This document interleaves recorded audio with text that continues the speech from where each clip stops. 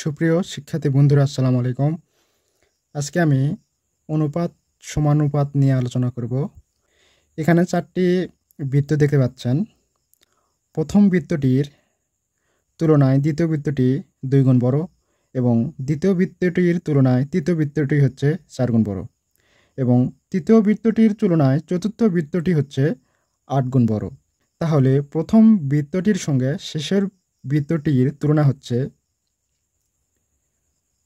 2:16, যাকে আমরা 1:8 লিখতে পারি।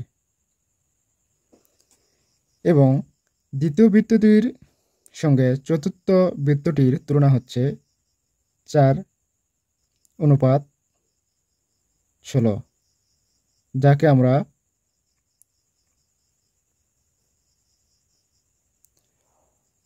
1:4 লিখতে পারি।